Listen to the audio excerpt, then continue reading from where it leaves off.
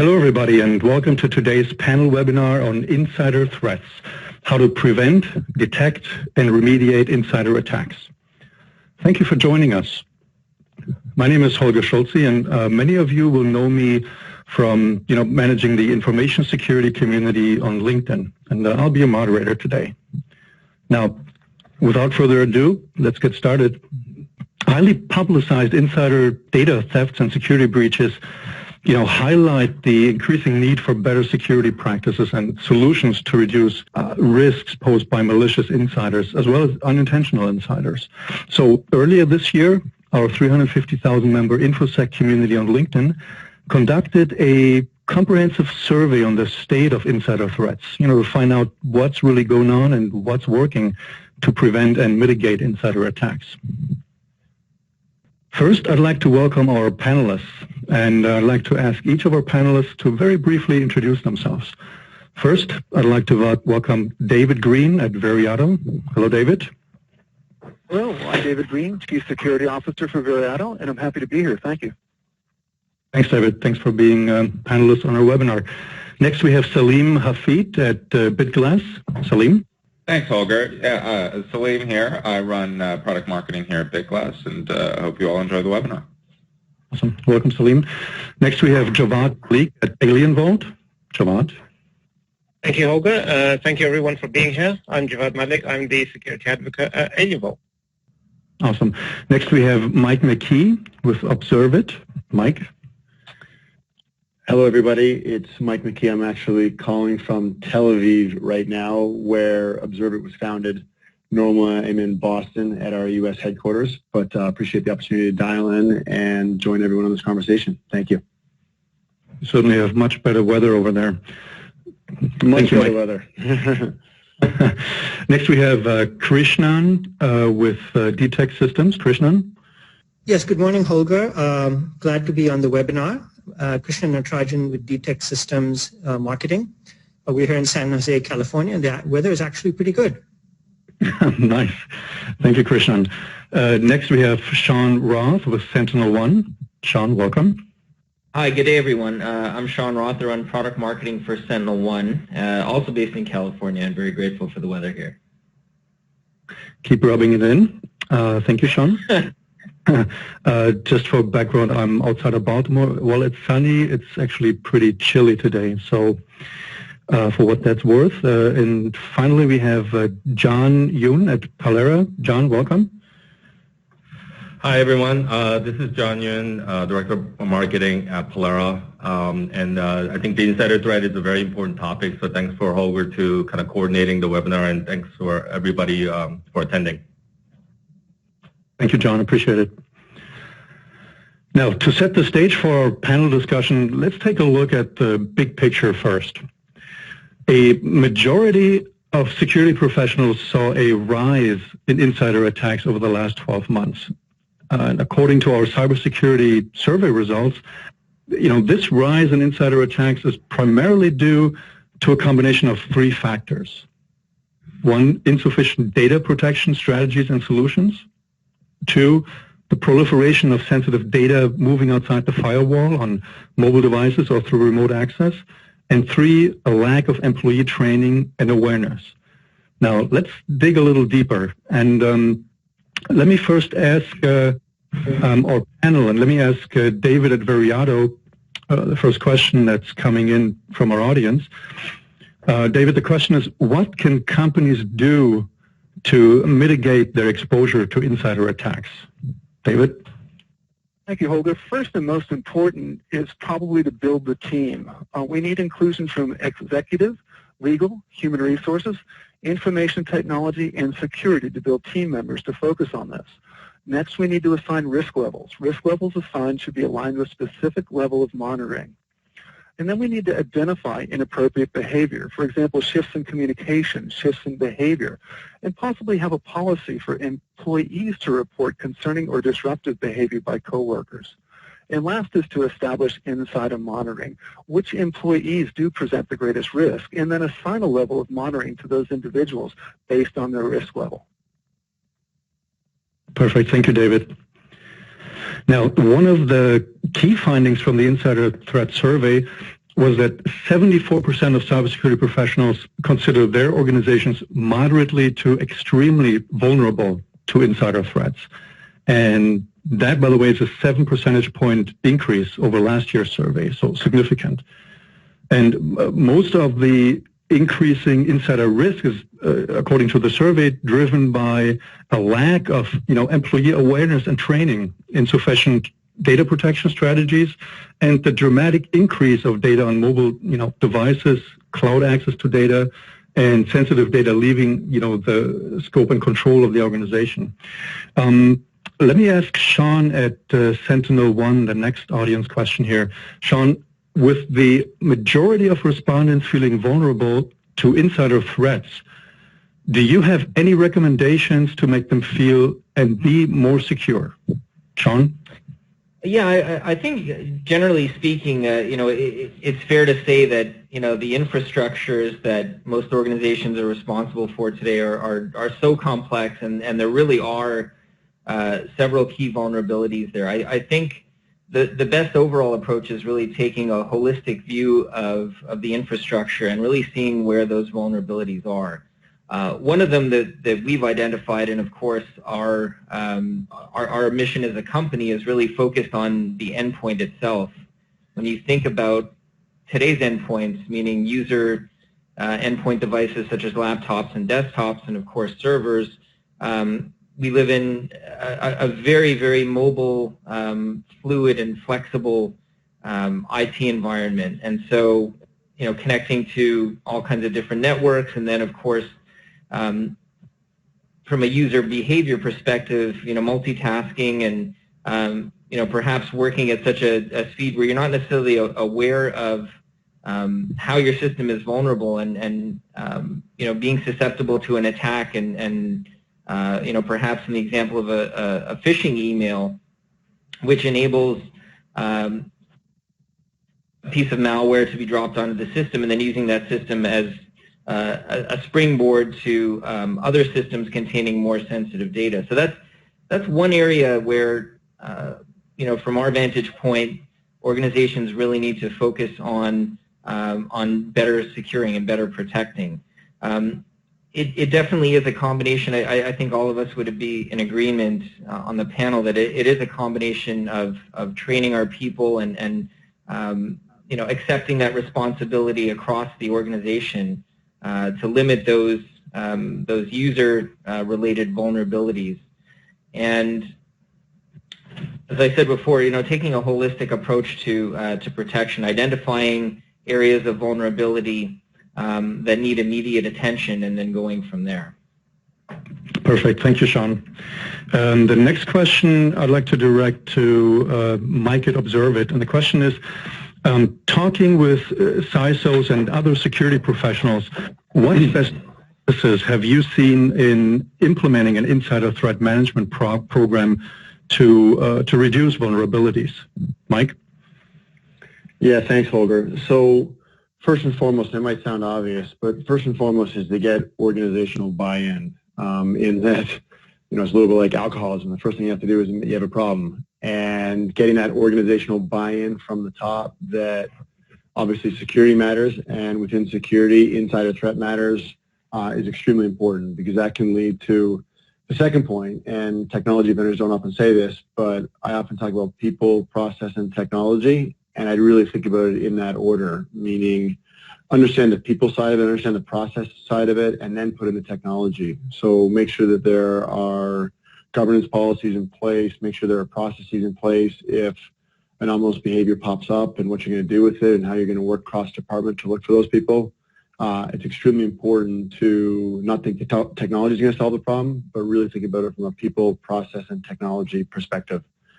As it pertains to technology, lots of tools have been focused on prevention, and I think more and more people see those tools moving more towards detection and response. So yes, you still need the prevention tools, but it's very, very important to be able to detect and respond very quickly to what's going on. And then the last point that I would make is around integrating your solutions. So, there's lots of different tools that are out there, dashboards, all that kind of stuff, but as much as possible, make sure the information's funneling into one spot so that when you do need to detect and respond to something, those alerts are bubbling to the top. Awesome. Thank you, Mike. That's good advice. Now, interestingly enough, it is the inadvertent or accidental data breaches, according to our survey, right, from careless user behavior that top the list of insider threats that companies care most about and are most concerned about. Negligent data breaches and malicious, data breaches come in a close second and third, according to our survey.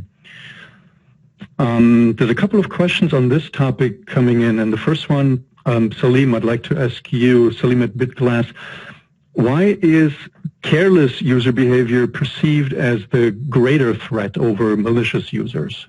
Salim? It's a very interesting question, Holger. Why are careless users such a significant threat today as opposed to, several years ago where cloud apps and mobile devices weren't as prevalent? And so that's really the answer there, is that, there's been this shift to more access from more devices, and really that access really increases that risk of data leakage. And so when we're talking about, threats to data leakage, of course malicious users are a problem.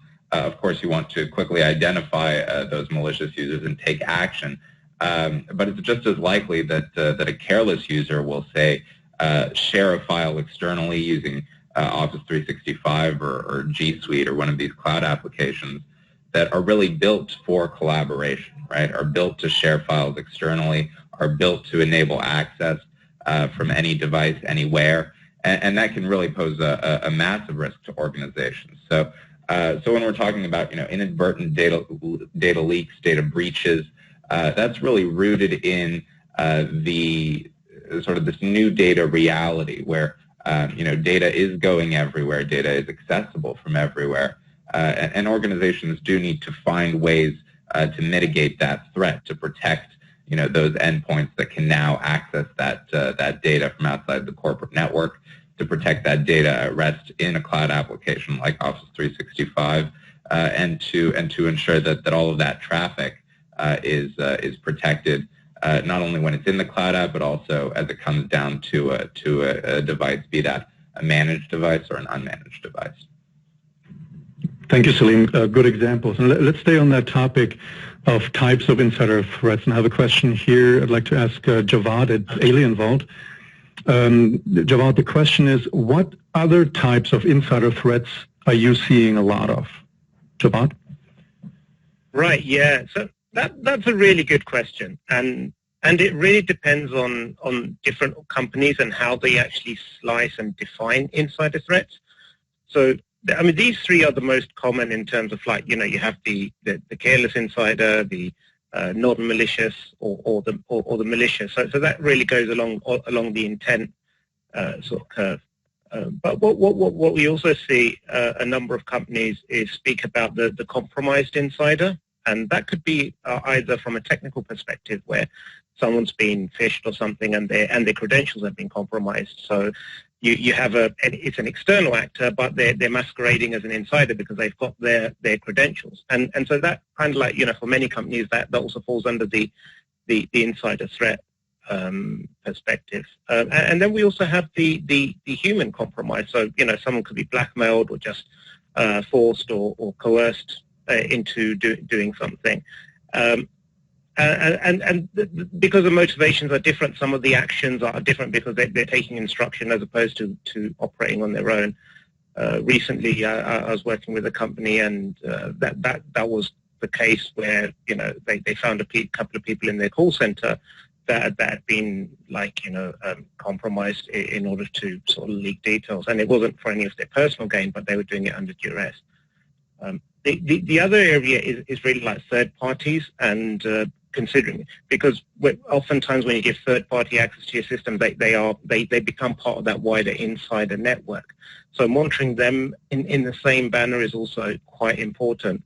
And the last area, which I found quite interesting, and this has cropped up like in a couple of large banks that I've spoken to, is they find a lot of the insider threats of all kinds, but mainly in the careless or non-malicious side, it revolves around their legacy systems, purely because they have a bunch of mainframes or something that technically it's very difficult to integrate or monitor with tools, and the expertise is very limited. So you only have like 3 people in the entire organization that actually understand how their systems work.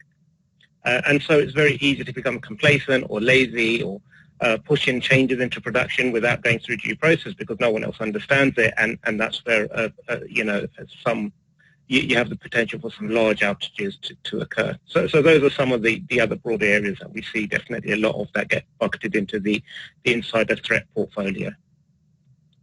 Thank you, Javad. Good examples. Now, the same question about insider threat types and categorizing insider threats that keeps coming up. So let me pick one more before we move on to the next slide and next topic. And this question is for Krishnan at DTEC Systems.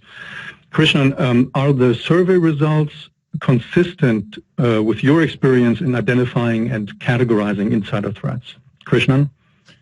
Yes, thank you, Holger. I would say in terms of the large contributing factor in terms of the careless or the malicious, not the malicious, but the careless or the negligent insider, I would say that our perspective is very consistent with what both Salim and Javad have pointed out. And underlying this, I think, is just the nature of IT today has changed radically. There's a saying we have, which is that the endpoint is a new perimeter. And what that really means is that access to a lot of cloud-based services, bring your own device, the change in the IT infrastructure is, I think, the root of all of that. So one of the things that we've done is really look at it more in terms of user threat rather than insider threat. And we've done some fairly extensive research in terms of understanding both the level of risk as well as the financial impact of the risk. So first of all, what we see is that with data breaches that are primarily due to carelessness or negligence, we find these are typically more than 2/3 of the cases, very consistent with what you've seen in your own survey. And we find that these breaches are in many cases due to policy violations and inadvertent actions, and the primary thing there is just to provide additional training. The interesting thing is that when you look at the actual financial impact that this number of breaches cause, we find that it's actually a little bit less than the 2/3 quantity, which is it's about half, about 53% of the impact of all types of these user threat breaches are due to these careless or negligent users. Right? So the second bucket that you've identified is the breaches due to malicious activity, right? These are insiders with bad intent, and they're about 20 or 22% of the incidents, and significantly more financial impact, about 30%, as you would expect. Right? If somebody is taking data from outside the company, there's significant financial risk associated with that. The third thing, which I think Javad also pointed out, is that the third category is this, external attackers who take over credentials of legitimate users. Right? These are the imposters. And we find these are particularly insidious. They tend to be relatively infrequent. And our studies have shown about 10% of the instances. But it really has a disproportionate impact on financial impact, about 20%. So the net is we find the same consistent patterns as others have discussed, but the individual incident impact of the imposter is actually the most significant. Thank you, Christian. That's fascinating. So that's actually an interesting perspective, interesting dimension to look at, and we'll make sure to perhaps tease that out more granularly in our next survey on insider threats in 2017. Thanks for that. Now, as Krishna was talking about roles, right, and user roles, let's take a closer look at roles and risky users from an insider threat perspective. This year's survey shows that it is privileged IT users, right, such as administrators with access to sensitive information that pose the biggest insider threat. And this is followed by contractors and consultants, and only at the number 3 spot, right, do we have regular employees. So this seems to be an interesting aspect of insider threats, right? How do you handle various privileges, various users? And there's a couple of questions coming in that I'd like to ask our panel. And first question is for David at Veriado. And David, the question is, what role do privileged users play in insider attacks, and can user behavior analytics help with that? David? Thank you, Holger. Great question. And yes, UBA can definitely help here. Privileged users do play a big role here. First, we need to understand the risk associated with the position based on what they have access to. And then we can align behavior analytics and monitoring to that position. For example, we might look at intellectual property exfiltration. UBA keywords could be used for something like a project's internal code name, and then as well as anomalies that can be detected within document and email patterns. Interesting. Thanks, David. The next question is for John at Polera. And the question is, from last year's report to this year's, the concern over privileged IT users and admins rose from the number 4 spot on the list to number 1 being first. Can you share your perspective on the growing concern over privileged users and admins? And by the way, thanks for asking that question. Love it when somebody went back to our previous survey and report and actually compared trends year over year. So with that, John, take it away. Yeah, thanks, Holger. So, I think the topic of overprivileged users or administrators, I think that has always been a concern, right? They essentially need these privileges to do their job, and so it's not like you can take those, access and privileges away. And I think in traditional environment, like an on-premise environment, you can put additional checks in place. You can lock up your servers behind the wiring closet. You can even require physical access, like a physical console access to change configurations or access a certain type of data that you don't want accessible, externally.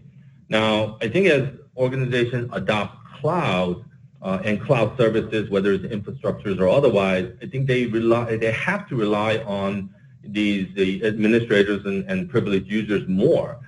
Because if you think about it, well, how can you, lock up anything in the wiring closet when you essentially don't have a wiring closet? Everything's in the cloud. And so these users now have access to your entire infrastructure, all the way up to the individual applications, the company used, and of course all the data across all the services. So if you look at possible inappropriate action, whether it's inadvertent, whether it's intentional, by these users or by these administrators, the results could be absolutely catastrophic.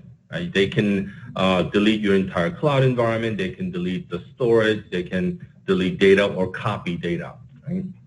So I think because of a lot of the migration and adoption of cloud, organizations realize there's that much more important on basically relying on these users, but also they have so much more access and privileges that they can do certainly a significant damage if they intended to. And I think that's becoming aware to a lot of the organizations. I think definitely the adoption of cloud is one of the key reasons for the growing concerns. Yeah, that makes perfect sense, and that's what we're seeing as well in our InfoSec community and in the survey results. Thank you, John.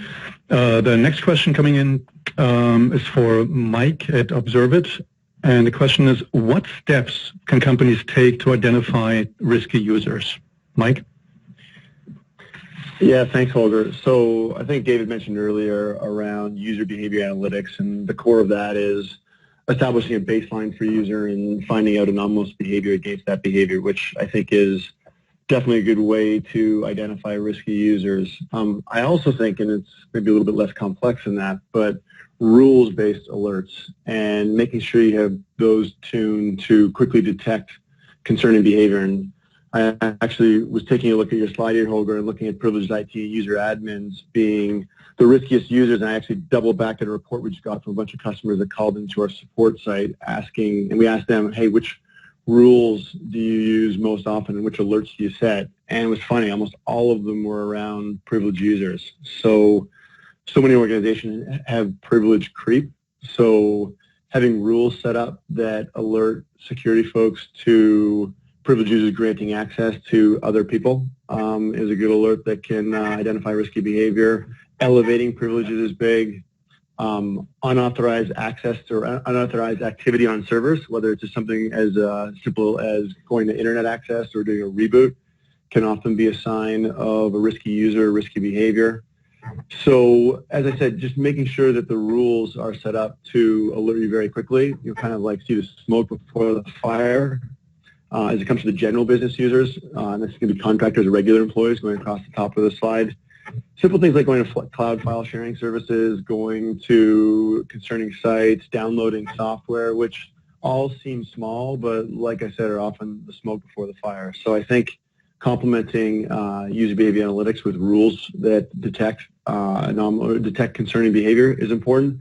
Then the last thing I'd say is, talk to customers that get business buy-in. So quite often there's a director of global security at a pharmaceuticals company with whom I was speaking, and they went to all the, quote, PhDs, as he said, and they got 100 words that would mean maybe that they're doing something that they shouldn't, and they loaded those into their DLP system. So really talking to the business and asking them, hey, what would be concerning behavior? What would tip you off to someone doing something that they shouldn't? Can make a big difference as you're trying to identify those risky users. Very good. Thank you, Mike. Great advice. Now,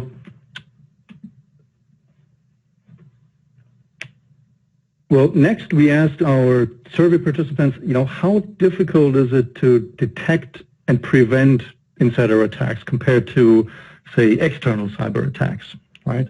And similar to our previous survey, the majority of respondents, over 66% of people, have a harder time detecting and preventing an insider attack versus an external cyber attack.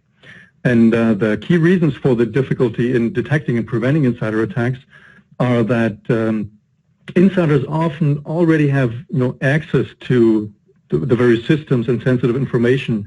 The also increased use of cloud-based applications, I think John mentioned that a couple of minutes ago, and also the rise in the amount of data leaving the formerly protected network perimeter. All those are contributing factors.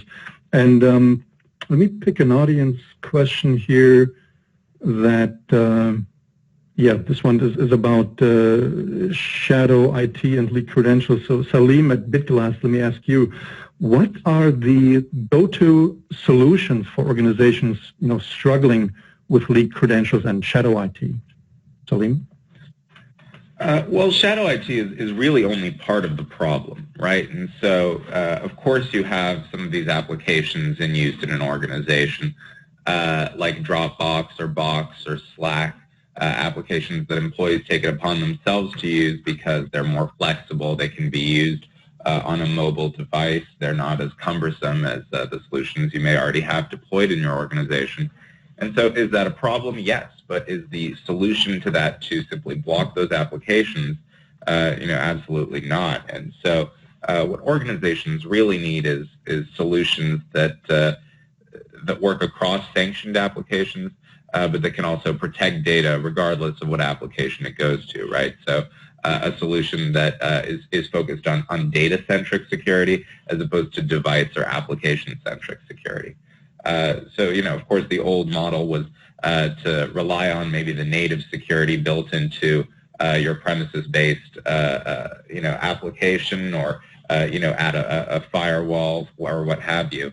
But now as more organizations are moving to the cloud, there are really a couple key threats here, right? So that credentialed access to those applications that can now be accessed from anywhere, right? So if you have a leaked credential, take the Anthem breach, for example. I'm sure a lot of folks on the webinar recall that really hundreds of millions of Americans' healthcare records and sensitive information was leaked in that Anthem breach.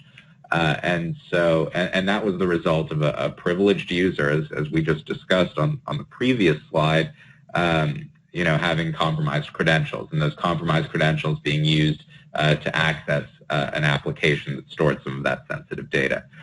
So the solution here is really twofold. One is to have that cross-application identity management so that you know who is accessing a particular cloud application from where and can identify potentially suspicious logins. And two, to protect that data regardless of who accesses that data. So, if it's a malicious user or simply a careless user accessing that data in your cloud application, you still want to ensure that you have the proper access controls in place with a solution like a cloud access security broker, as Gartner recommends, to ensure that that data is protected regardless what device it's accessed from or downloaded to. Excellent. Thank you, Salim. Now, next we asked in our survey about the use of analytics, right, to detect insider threats. And the number of organizations that leverage insider threat analytics is up quite a bit, up 20% compared to the previous year when we did the same survey. And of the 56 or so % of organizations that are using some type of analytics, only 8% today use predictive analytics. So maybe it's something to consider, right, as you look into analytic solutions for insider threats. And let me ask the next audience question. And John at Pollara, let me ask you. It appears that insider threat analytics is picking up steam with more than half of the organizations, leveraging some form of analytics. What are some of the real-world examples where organizations can benefit from these types of analytics? John? Yeah, let me actually talk about a couple of examples, real-world example. I think one that I've seen a lot, working with the different organization is the kind of the typical scenario I think that most people have heard of, which is a user downloading possibly like a customer information from Salesforce.com. Maybe a salesperson prior to leaving the company or going to a competitor, pulling all that information so they can use it at their new job, right? And so I think many organizations actually watch out for it. We've definitely seen it, when we work with different organizations about it. But I think one aspect of it that's kind of missing is that, and surprising, is the apps that are actually interfacing with some of these, platform as a service like Salesforce. That there are a lot of apps out there that they can install in their mobile devices or otherwise. They can extract the same type of information or type of sensitive information as well as volume of information that a user can by manually logging in. And so I think what they're not immediately aware of is that they do recognize that there are people that may be downloading these type of data that they shouldn't be, but they neglect to look at what are the automated apps that can do the same. And we've seen cases of current employees as well as ex-employees extracting sensitive data through these kind of the app-to-app interface and interaction that most people don't pay attention to. So I think that's surprising to many organizations who didn't look at that type of scenario. The second example is kind of an example that comes to mind because I always think it's kind of funny and hilarious. But it's kind of the abuse or use of infrastructure like AWS for personal gain. So in this particular example, the user would basically spin up AWS instances after business hours, so after 5 or 6 o'clock.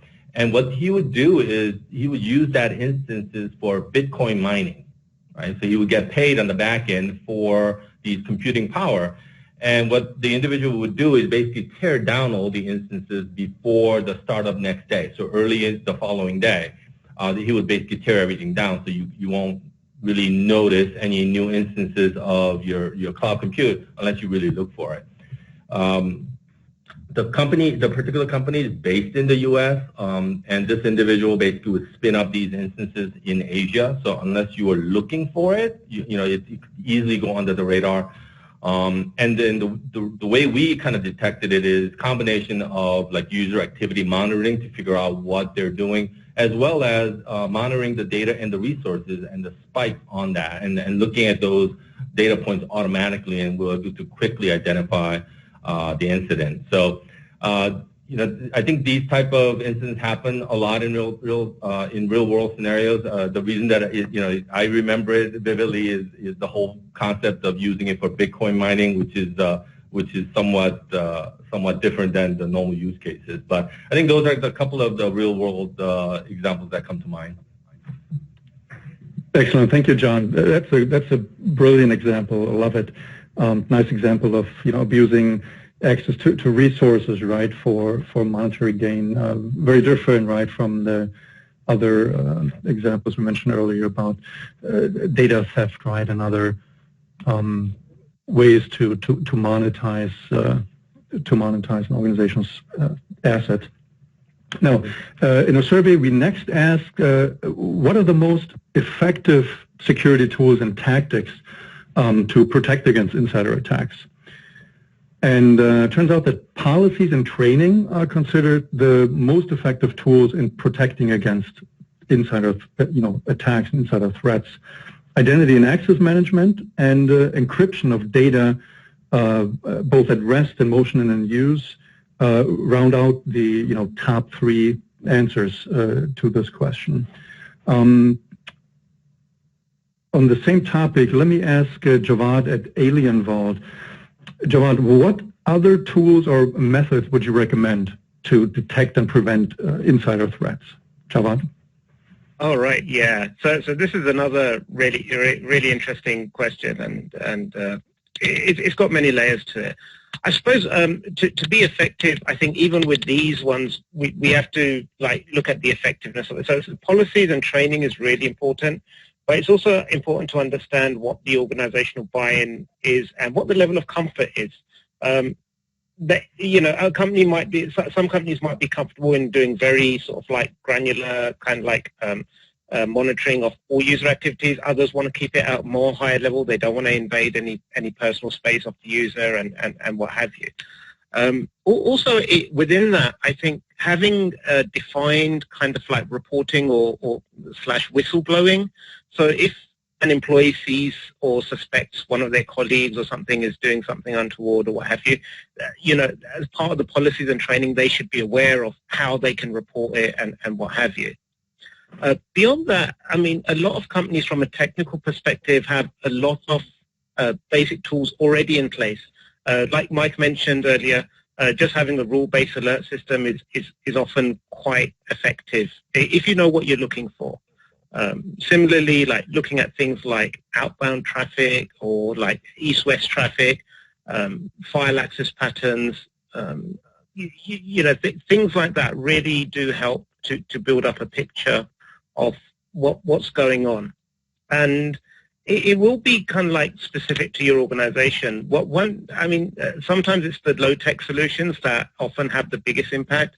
And one company I spoke to, they had spread around a lot of honey tokens around, and by that, so one of the most common ones was that in Salesforce for the customer list, they'd added in a few fake customer details with email addresses that they'd registered to themselves. So if ever they got an email on that account saying, "Hey, would you be interested in buying that?" That would be a clear indication that someone had compromised that list, and they were accessing it without when they shouldn't have been. So putting in place those sorts of controls and everything, it often casts that wide net that then allows you as an organization to focus in on where you actually need to put in place more controls or monitor it. And then I suppose in the emerging kind of trends or the more when you're looking at a broader, or if you're very paranoid or you're looking at very sensitive stuff, then looking at sentiment analysis or social media tracking and those kind of things also are options. But everything is really underpinned by those policies. Thank you, Javad. Very good. Let's stay on this topic and maybe dig a little deeper into the risk controls from a technology perspective. And so in our survey, we asked what risk controls and technologies, a company considering most important, right, for managing the risk of insider attacks. And the controls that came up as sort of top three are, security perimeter defense tools, database and file monitoring tools, and number three, security events, dashboards and monitoring. And let me ask Krishnan the next question that came in from our audience. Krishnan at DTEX Systems. The question is, what is your perspective on the effectiveness of controls to mitigate insider threats? Krishnan? Yes, thank you, Holger. So we've, as I said in this, this other study that we've done among, our customers and other users, what we find is that, the most common traditional controls that are used are very similar to what you found in your survey, which are, in many cases, data loss prevention as well as user training. And we've also looked at the effectiveness of these tools in terms of reducing the financial impact of breaches, and they are significant. And that's probably why they're so common and prevalent. But I think what we've seen more recently is that given that the nature of user threat has evolved, is that a lot of the traditional controls are becoming less and less effective really because of this new category of unknown unknowns, right? And so the next generation of tools are the ones that really are looking at analyzing what's happening with user behavior, taking a look at threat intelligence and other related data. And we find that, a lot of those controls being newer are not as commonly or prevalently deployed, but we find that they are actually significantly more effective in terms of reducing the overall financial impact of the risk. And it's interesting to think about why this is. And we have a couple of theories on this.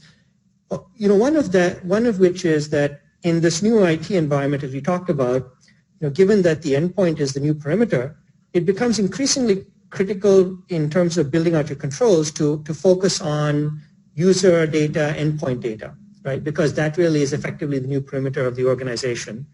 The second thing is that we're finding that there's a lot of unknown unknowns, and sort of the traditional rule-based approaches, as other speakers have pointed out, don't really wind up being as effective. And what you need is this analytics, understanding of behavior to really identify the new type of risks and threats and be able to put in place controls to identify and mitigate them.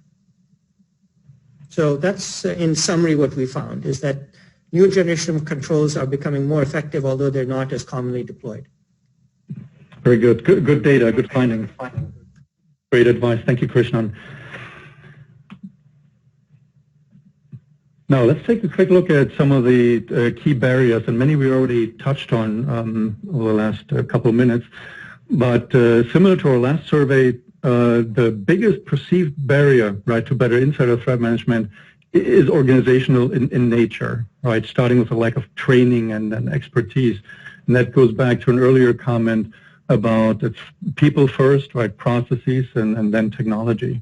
Rounding out the top three mentioned barriers here are insufficient budgets, and we'll talk about that in a minute, and lack of collaboration between departments. Notably, this lack of collaboration, by the way, is the one barrier with the single highest gain since our previous survey, moving up 10 percentage points. So this is becoming a real issue that requires focus and a resolution. Now, I've mentioned budget, and we just talked about it as a key bottleneck, right, to more robust insider threat management. The good news here is that with insider attacks, on the rise, 42% of organizations that we surveyed expect a budget increase, over the next 12 months. So that's good news, and it presents actually a healthy gain of about 8 percentage points, right, of companies that see a bigger budget going forward compared to the previous year. It's also a reflection, if you will, of the costs, right, associated with successful insider attacks that obviously companies want to avoid, and the cost ranging from immediate economic impact of say fraud, right, for example, to also long-term damages in reputation and customer trust. Now, on this topic, I'd like to ask Sean at SentinelOne. Sean, what would you recommend companies do to minimize the cost exposure of a data breach? Sean? Yeah, no, that's a great question. I think there are some trends today that are definitely worth examining in answering that. The big picture really stems from an approach that involves mitigating the overall financial risk through the application of cybersecurity technology, and then also cyber insurance.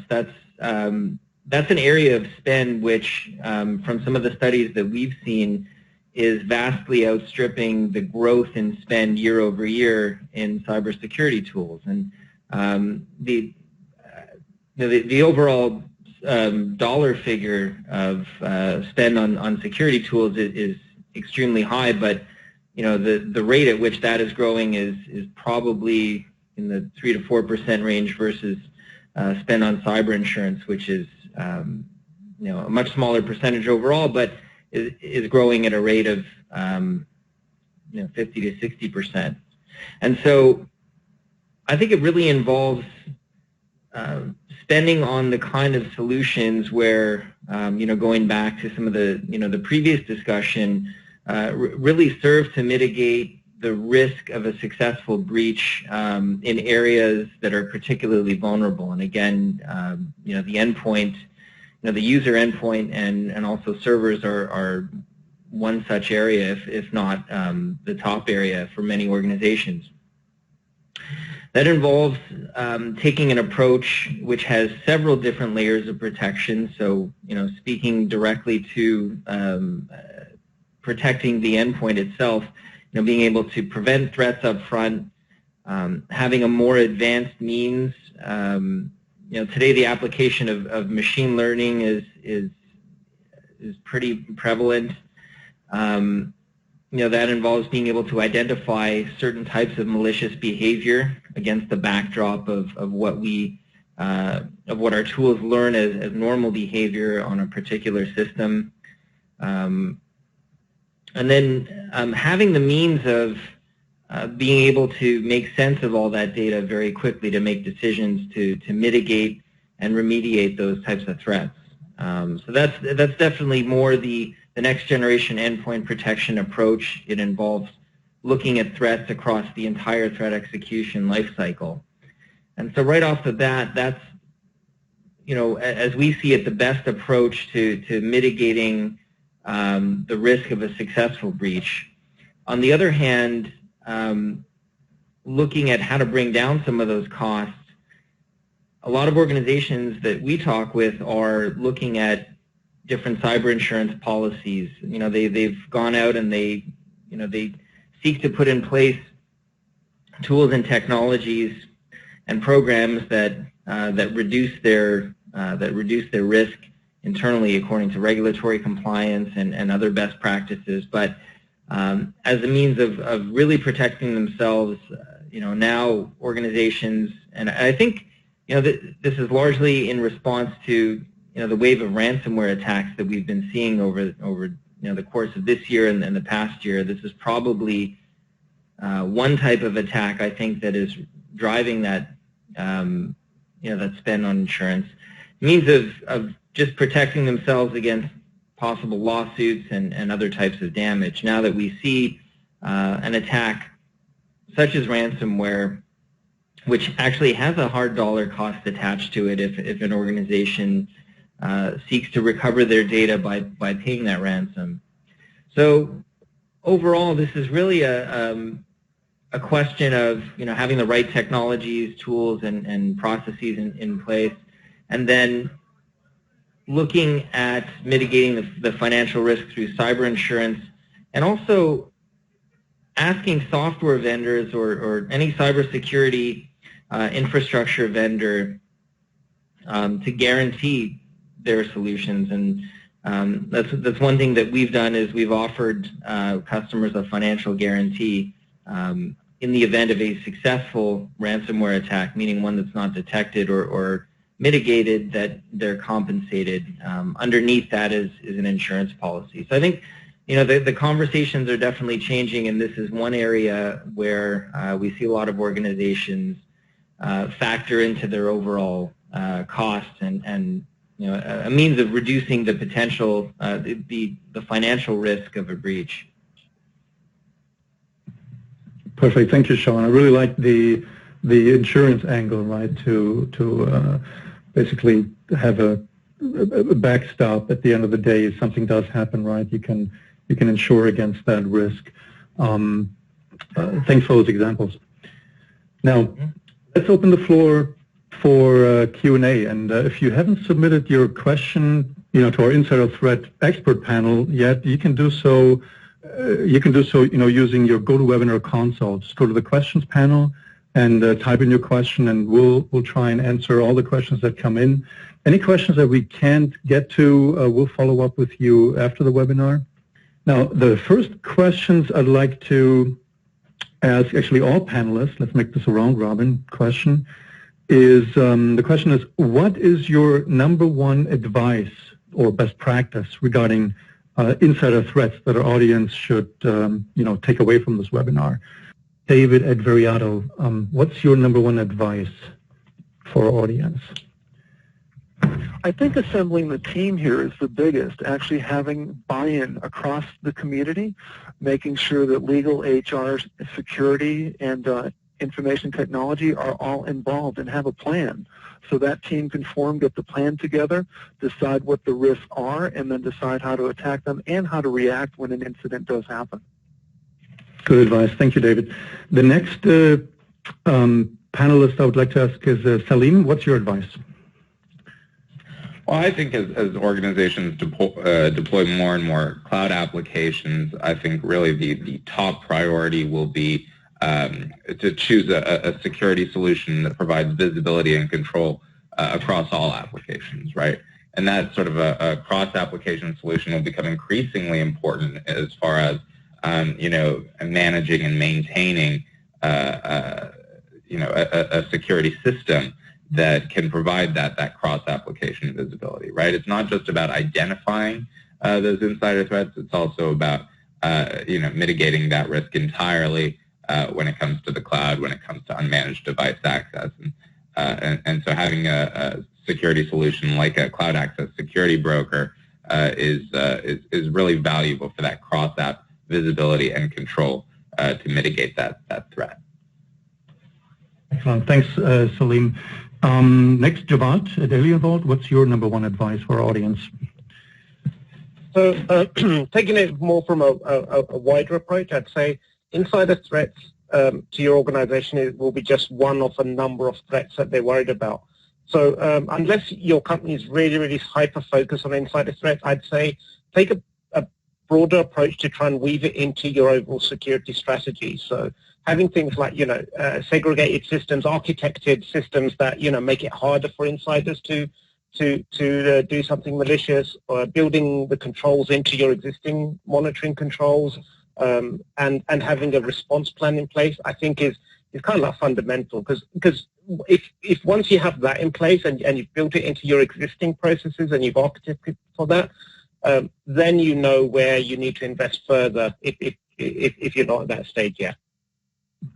Thank you, Javad. Mike at Observit, what's your number one recommendation for our audience? I'm going to break the rules and give two, but I'll keep them really short. Number one, think people, not assets. So much of security has been around machines, networks, IP addresses, and it's people at the end of the day that are causing so many of the data breaches. And then secondly, trust but verify. It's good to trust people, privileged users, contractors, but make sure you've got verification in place to ensure that they're doing what they're supposed to be doing. Perfect. I like those. Thank you. Krishnan at DTech Systems, what's your advice? Yeah, Holger, I think, the biggest advice that we give to a lot of our customers is, look, first find out what's going on, right? And as we had stated before, there's a lot of unknown unknowns. And before taking any remedial action, our recommendation is always just do an assessment. Understand what is going on within your environment, understand what the risks are, understand the magnitude of the risks, and then you can decide on the appropriate course of action in terms of corrective controls and mitigation. So, to us, the big thing is, do an assessment first, and then use that as the basis for whatever you plan to do forward. Thank you, Krishnan. Next, we have Sean at SentinelOne. Sean, what's your recommendation? Overall, take a holistic approach to protecting areas that are most vulnerable. And when you've identified those in your organization, there are a lot of great tools and technologies out there that allow you to automate to a certain degree. And as many of us on the panel have said in response to a lot of these questions, really focus on people. Have people share the responsibility across the organization. Have them understand their roles and how they can really help keep things more secure, by increasing their awareness and setting better policies overall for user privileges and so forth. But really, the endpoint, as we've seen, is one area that a lot of organizations are very lacking in terms of the approach to protecting the device. And when you go out to look at different technologies, find one that has multiple layers of protection and one that gives you visibility into what is happening on the endpoint, and also gives you the ability to respond to threats that you see. That'll greatly mitigate a lot of the risk that you see coming from attacks that have the potential to become insider attacks. Perfect. Thank you, Sean. John at Polera, what's your advice for our audience? Yeah, so I think, my advice is pretty simple. I think, we went through a lot of details about the different aspects of insider threat today. And my advice would be really just ask yourself, right now, how are you alerted? How are you notified when an insider threat occurs, right? Especially in your cloud environment.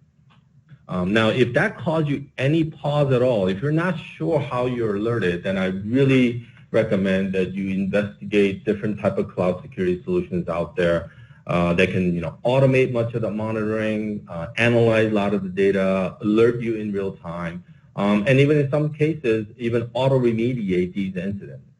I think, there are a lot of perception out there that, as organizations go to the cloud, they lose a lot of the visibility. And in some cases, true, but in many cases, a lot of the organizations struggle to figure out what to do with all the information. There are a lot of information coming from the cloud, and really the challenge is to make sense of all of it and do it very quickly so you can react to it.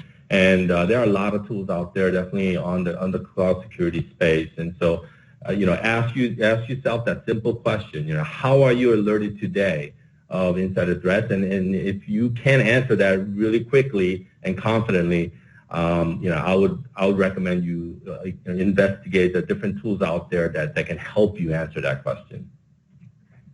Thank you, John. That's a great closing thought for our webinar. As we're at the end of today's webinar. And first, thank you, everybody in our audience, for taking time out of your busy schedules for attending this webinar and asking great questions. And also, many, many thanks to our panel for educating us on protecting organizations against insider threats and insider attacks. As a thank you for attending this webinar, we will follow up and email you a copy of the 2016 Insider Threat Report. If you don't want to wait for the email, this report is also available on the Cybersecurity Insiders website. See the domain name on the screen. Just follow that link. For more details, we have also a number of white papers and e-guides available for download. Just look for the handouts section on your GoToWebinar console. All right. This concludes today's Insider Threat webinar. Thank you again. Thanks to our panelists, and I hope to see all of you at one of our future webinars. Thanks, everyone.